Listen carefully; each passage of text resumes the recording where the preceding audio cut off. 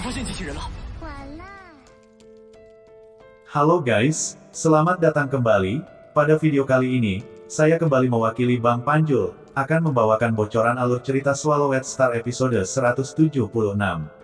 Ya tapi seperti biasa, sebelum masuk ke alur ceritanya, saya ingatkan sekali lagi, berhubung bocoran alur cerita ini yang sudah terpaut jauh dari episode asli yang dirilis, maka sudah pasti ya, gambar serta suara video tidak akan sama, begitupun dengan alur ceritanya, yang bisa saja akan ada sedikit perbedaan pada saat tayang nanti. Dan biar nggak kebanyakan spoiler di awal, tekan dulu dong tombol subscribe-nya, karena itu tandanya, kita akan masuk ke bocoran alur ceritanya. Yang dimana pada episode sebelumnya telah diceritakan, Luo Feng yang keluar dari kerumunan dan berjalan sendirian menuju kastil, menyebabkan banyak orang melihat dan mengamati ke arahnya dengan cermat. Namun saat itu, tidak ada yang bisa memastikan apakah orang yang menuju ke kastil ini benar-benar akan menukar sesuatu atau tidak. Di sisi lain, Brolin yang saat itu akan melangkah ke arah kastil, ia pun mengeluarkan senyum sinis, saat melihat Luo Feng, yang baru saja melangkah ke dalam kastil dan bergumam, "Cui, sekelompok bajingan yang malang, yang rela dijadikan bahan pengalihan demi mendapatkan beberapa kristal alam semesta," gumam Pangeran ke-9 Kekaisaran Brolin, yang saat itu melangkah bersama para pengawalnya ke arah kastil, namun tanpa menyembunyikan identitasnya. Dan spontan, hal itu segera menarik perhatian banyak orang dari pasukan sekutu. Namun, karena statusnya yang tinggi serta kekuasaan yang dimiliki kakeknya, hingga tidak ada satupun prajurit dari organisasi lain yang berani mengusik, apalagi sampai berebut harta dengannya. Di sisi lain, Luo Feng yang telah memasuki kastil, dan diarahkan langsung oleh Iai kastil ke sebuah ruangan, dengan pencahayaan yang agak redup. "Bajingan kecil, apa yang ingin kau tukarkan?" ucap suara tua yang tiba-tiba bergema di ruangan tersebut. Mendengar ucapan itu, sejenak Luo Feng mengamati sekeliling, namun tidak menemukan satu orang pun. Dan tak berselang lama, ia pun berkata, "Tentu saja aku datang untuk menukarkan harta karun," ucap Luo Feng. Apakah kamu memiliki batu badai petir?" ucap suara tua, yang kembali bergema, lalu kembali berkata, "Beberapa hari ini, sudah ada begitu banyak orang yang datang ke sini dengan sengaja, tapi tanpa membawa batu petir untuk ditukar."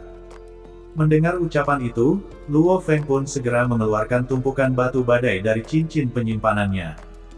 "Oh bagus, sungguh sangat bagus," ucap suara tua, diikuti suara langkah kaki yang terdengar samar-samar, diikuti munculnya sosok pria tua berjanggut putih, dengan tubuh yang memancarkan cahaya. Melihat hal itu, Luo Feng pun langsung mengetahui, bahwa lelaki tua itu adalah Iai yang hidup, mirip dengan Babata. Setelah bertemu langsung dengan pria tersebut, Luo Feng pun berkata, "Senior, bagaimana kabarmu, dan aku harus memanggilmu dengan sebutan apa?" ucap Luo Feng, yang tampak sangat hormat. Karena menurut perkataan Babata, tidak peduli apapun masalahnya, lelaki tua berjanggut putih di hadapannya adalah Iai yang hidup, yang mengikuti penguasa sektor Kabu dan hidup dalam kesendirian selama lebih dari 10 juta tahun. Dan makhluk semacam ini pantas dihormati. Karena setelah hidup dalam kesendirian selama 10 juta tahun, mental lelaki tua ini pasti agak sedikit menyimpang, dan oleh sebab inilah, Luo Feng tidak boleh menyinggung perasaannya, karena jika itu terjadi, maka nyawa taruhannya. "Berandal kecil, kamu boleh memanggilku dengan sebutan Tuan Wu," ucap pria tua berjanggut sembari tersenyum, diikuti cahaya di sekelilingnya yang sedikit berputar. "Oh baiklah Tuan Wu, dan bolehkah jika sekarang aku menukar beberapa harta karun?" ucap Luo Feng. Mendengar ucapan itu, Tuan Wu pun berkata, "Apa kamu sedang terburu-buru? Jika tidak, maukah kau menemaniku dan mengobrol sebentar saja?" ucap Tuan Wu. "Tuan Wu ini?" ucap Luo Feng, yang langsung dipotong oleh Tuan Wu dengan berkata, "Baiklah, karena kamu tampaknya sedang terburu-buru, jadi mari kita lakukan pertukaran," ucap Tuan Wu, dengan ekspresi yang menjadi tidak peduli. "Kamu ingin menukar apa? Cepatlah katakan." Mendengar ucapan itu, Luo Feng pun berkata, "Saya ingin menukar senjata energi genetik level 5 yaitu pedang jiwa es dan kuali void, serta satu buah kehidupan," ucap Luo Feng, sembari membungkuk hormat. Di sisi lain, Tuan Wu yang mendengar 3 harta yang ingin ditukar oleh Luo Feng, ia pun sedikit terkejut. Karena faktanya, total harga untuk 3 item itu mencapai 1,9 juta batu badai petir. Di sela keterkejutannya itu, si pria tua itu berkata, dalam 10.000 kilometer di sekitar kastil adalah area pengawasanku, dan tampaknya, kamu tidak memiliki posisi besar dalam pasukan penjelajah, dan bagaimana kamu bisa mendapatkan begitu banyak batu petir, tanya Tuan Wu yang tampak curiga. Mendengar ucapan itu, Luo Feng tersenyum, karena ternyata, sebelumnya Babata telah memperingatkannya. Dalam hal pengawasan, meskipun area pemidai dari si pria tua berjanggut putih ini sangatlah luas, sama halnya seperti sistem pertahanan keamanan bumi yang mencakup seluruh tata surya. Namun, dengan area yang sangat luas, maka tingkat pemindaiannya pun menjadi jauh lebih rendah. Lalu sesaat setelahnya Luo Feng pun berkata, Tuan Wu, apakah Anda harus menanyakan sesuatu seperti itu? Mendengar ucapan Luo Feng, si pria tua berjanggut putih itu tidak bisa berkata apa-apa, dan hanya bisa mengedipkan matanya, dan berkata dengan santai. Baiklah 3 harta karun, baiklah, itu tidak masalah, ucap Tuan Wu, membuat Luo Feng sedikit waspada. Tak berselang lama, Tuan Wu tampak membalikan tangannya, diikuti munculnya bilah pedang ganda berwarna biru keperakan, hingga membuat suhu dan kelembaban ruangan perlahan mulai membeku. Ini adalah pedang jiwa es, yang merupakan senjata energi genetik level 5, ucap Tuan Wu. Saat melihat pedang itu melayang di hadapannya dengan mengeluarkan aura mematikan, membuat Luo Feng merasa jiwanya seperti diiris-iris, dan ia pun segera menyimpannya di dalam cincin penyimpanan miliknya. Tak berselang lama, Tuan Wu kembali membalikkan tangannya, diikuti munculnya benda seperti kuali kecil dengan ketinggian 30 cm, dengan banyak ukiran yang rumit, yang sangat mirip dengan ukiran-ukiran yang ada di tubuh Golden Hornet Behemoth. Ukiran yang aneh itu menyebabkan ruang di sekitarnya terasa seperti dipisahkan, meskipun tingginya hanya 30 cm, namun Luo Feng merasa bahwa benda menyerupai kuali itu sangat besar, seolah-olah itu adalah sebuah gunung yang tidak berujung, membuat Luo Feng seolah terhipnotis karena kagum. Melihat Luo Feng yang kebingungan, Babata pun berkata, Luo Feng, jangan melihatnya dengan bodoh seperti itu, karena semua senjata level 5 pasti memiliki ukiran, yang sumbernya sangat dekat dengan hukum asal mula alam semesta.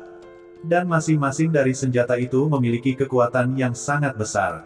Namun, hanya setelah menjadi tuan sektor, barulah seseorang benar-benar bisa menggunakannya, ucap Babata, membuat Luo Feng seketika terbangun dari kesurupan, dan segera menyimpan senjata itu ke dalam ring penyimpanannya. Ya dewa, hanya melihatnya saja, 2 senjata level 5 ini sudah membuatku benar-benar tidak bisa melawan. Pantas saja jika Babata sering mengatakan, bahwa ketika penguasa sektor bertempur, mereka akan mengubah daratan dan langit, dan hanya dengan satu gerakan dapat menghancurkan semua kehidupan di sebuah planet, gumam Luo Feng. Di sela itu si Patua Wu berkata, berandal kecil, keduanya adalah senjata penguasa sektor, yang mirip dengan kehidupan kedua dari seorang tuan sektor, karena menyimpan jumlah energi kehidupan mistik murni yang tak tertandingi, ucap si Patua Wu, lalu mengeluarkan sebuah kotak tembus pandang yang aneh, dengan cahaya hijau yang samar-samar. Di dalam kotak ini terdapat buah kehidupan, yang merupakan kristal kental khusus dari alam semesta, yang menyimpan energi kehidupan dengan jumlah yang luar biasa. Bahkan, bisa menyembuhkan seorang penguasa sektor yang terluka parah, tidak peduli seberapa berat cedera yang dialaminya, ucap Tuan Wu. Saat menerima kotak tersebut, seketika Luo Feng menahan napas, sembari membuka kotak tersebut. Dan dalam sekejap, ruangan yang semula agak redup, seketika diterangi cahaya hijau yang berasal dari dalam kotak, yang saat itu terpancar kemana-mana, dengan aroma kental yang sangat memikat, hingga membuat Luo Feng sedikit mengendus lalu menarik nafas dalam. Dan hanya mencium aromanya dalam satu tarikan nafas saja, sudah membuat setiap sel di dalam tubuh melonjak, diikuti perubahan gen, otot, serta seluruh struktur tulangnya yang mulai berubah. Di sela itu Babata berkata, idiot, cepat tutup, saat kamu membukanya, energi kehidupan dari buah kehidupan akan terus menghilang, ucap Babata yang mengamuk saat melihat ketululan Luo Feng. Mendengar amukan Babata, Luo Feng pun segera menutup kotak tersebut sembari berkata, sungguh tidak bisa dipercaya, hanya dalam satu tarikan nafas saja, aku merasa tubuhku seperti telah banyak berevolusi, gumam Luo Feng. Idiot, satu tarikan nafasmu saja, kamu telah kehilangan banyak dari esensi buah kehidupan itu, ucap Babata. Ketika Luo Feng terlibat dalam pertukaran dengan pria tua berjanggut, Pangeran Brolin yang menunggu di ruangan lain pun mulai tidak sabar dan berteriak keras. "Hei Patua, aku datang untuk melakukan pertukaran harta. Berandal kecil, tidak usah terburu-buru. Setelah aku selesai melakukan pertukaran dengan berandal lain, aku akan segera bertukar denganmu," ucap suara tua yang bergema di dalam ruangan. Mendengar ucapan itu, mata Brolin seketika berbinar sembari bergumam. "Berarti orang yang masuk sebelumnya tidak hanya berakting dan benar-benar menukar harta," gumam Brolin, lalu segera memasuki jaringan virtual alam semesta, untuk melaporkan hal ini pada para bawahannya yang berada di luar kastil. Terlihat saat itu, setelah memasuki ruang virtual, tampak seorang penjaga berlutut dengan hormat. "Camelot, ada seorang prajurit yang mengenakan helm dan baju besi emas, yang memasuki kastil petir sebelum aku, dan dia benar-benar melakukan pertukaran harta," ucap Brolin, lalu kembali berkata. "Aku ingin kamu dan prajurit lain mengawasinya dengan cermat, apa kamu mengerti maksudku?" "Dimengerti yang mulia," ucap penjaga itu dengan hormat. Mendengar ucapan itu, Brolin mengangguk puas, lalu segera keluar dari ruang virtual. Sesaat setelahnya, si Patua Wu pun telah menemui Brolin dan berkata, "Berandal kecil, harta apa yang ingin kamu tukarkan?" "Kata sandi akun pertama bola kristal warisan dan satu buah kehidupan," ucap Brolin, sembari memandang si Patua Wu. Mendengar harta yang ingin ditukar oleh Pangeran Luknut ini, Patua Wu pun sedikit terkejut. Di sisi lain, ketika Brolin sedang melakukan pertukaran, Luo Feng baru saja keluar dari pintu masuk kastil. Melihat hal itu, pengawal yang sebelumnya telah diperintahkan oleh Brolin pun langsung mengenalinya. "Itu dia orang yang dikatakan oleh Yang Mulia Pangeran ke-9. Ingatlah, perhatikan setiap gerak-geriknya, jangan sampai kita kehilangan dia," ucap sang pengawal. Sementara Luo Feng, ia pun segera bercampur dengan kerumunan tentara sekutu, dan terus melangkah ke arah Hong, Dewa Petir, Tainan He dan Aogu. Saat Luo Feng telah bergabung dengan mereka, Aogu pun segera menyebarkan penghalang roh di sekitar mereka, agar tidak ada orang yang mendengar pembicaraan mereka. "Luo Feng, bagaimana hasilnya?" tanya Hong dan Dewa Petir. "Semuanya berjalan lancar dan sesuai rencana, satu buah kehidupan, 2 senjata tingkat 5, semua telah aku dapatkan." "Itu sangat bagus, satu buah kehidupan akan membuat tanaman anggur kontak awanmu berkembang pesat. Dengan begitu, tim kecil kita tidak akan separah sebelumnya, yang harus terus melarikan diri saat kita bertemu tim besar lain," ucap Dewa Petir, yang tampak sangat gembira. Mendengar ucapan itu, Hong pun berkata, "Hahaha, ini seperti kita sedang berinvestasi dulu, baru akan ada hadiah," ucap Hong, lalu kembali berkata, "Adik ketiga, kamu harus ingat apa yang kamu katakan. Ketika kita mendapatkan badai petir lagi, kamu harus mendapatkan buah kehidupan lain untuk pohon anggur kontak awan milikku juga." "Oh itu pasti," sahut Luo Feng. Mendengar ucapan itu, Dewa Petir pun memasang ekspresi suram sembari berkata, "Cih, jangan berharap terlalu banyak, buah kehidupan adalah sesuatu yang mungkin juga diincar oleh organisasi lain. Jika saat ini saudara ketiga menukar salah satunya, maka orang lain mungkin juga telah menukarnya, dan totalnya hanya ada 3. Dan mungkin saja, saat kita mendapatkan batu badai petir lagi, mungkin buah itu sudah tidak tersisa untukmu lagi," ucap Dewa Petir, yang seolah sedang mengolok-olok Hong, namun sama sekali Hong tidak peduli dengan olok-olok itu. Di sela itu Babata berkata, "Luo Feng, pohon anggur kontak awan milik Hong jauh lebih rendah nilainya dibandingkan dengan milikmu, yang saat ini telah mencapai tingkat bintang level 4, sementara pohon anggur Hong baru saja melangkah ke bintang level 1. Oleh karena itu dengan jumlah energi kehidupan murni, pohon anggur milikmu memiliki jaminan yang lebih besar untuk dapat menahan dan menyerap energi itu," ucap Babata. Di sela ucapan Babata, tiba-tiba Dewa Petir berkata, "Sebenarnya, dari senjata yang kita tukarkan kali ini, kita sudah bisa melakukan banyak hal dengan menjualnya," ucap Dewa Petir. Mendengar ucapan itu, Luo Feng pun berkata, "Ya benar, ini adalah senjata energi genetik level 5 yang hanya bisa digunakan oleh Tuan Sektor.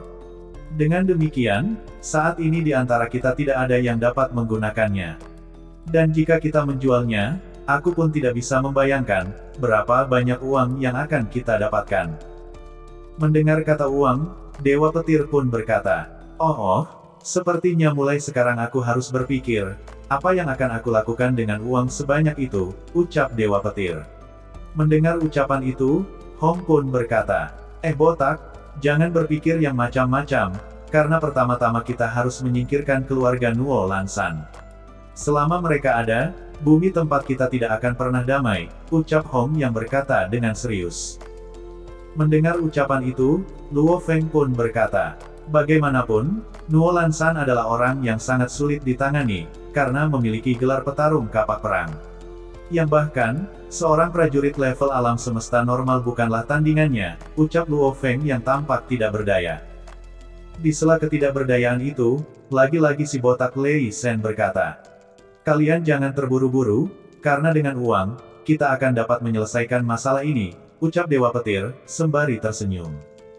Di sela pembicaraan itu, tiba-tiba Luo Feng berkata, kakak pertama kakak kedua, sekarang lebih baik kita beristirahat dulu, dan menunggu sampai malam tiba, lalu pergi meninggalkan tentara sekutu, untuk mencari tempat yang sunyi agar sulur kontak awan milikku bisa berevolusi. Karena bagaimanapun dalam proses itu, ia harus melepaskan ukuran penuhnya agar dapat dengan mudah menyerap sebagian besar energi kehidupan. Dan dengan bentuknya yang besar, dan suara evolusi itu sendiri, maka tidak mungkin untuk melakukannya di wilayah tengah ini, ucap Luo Feng.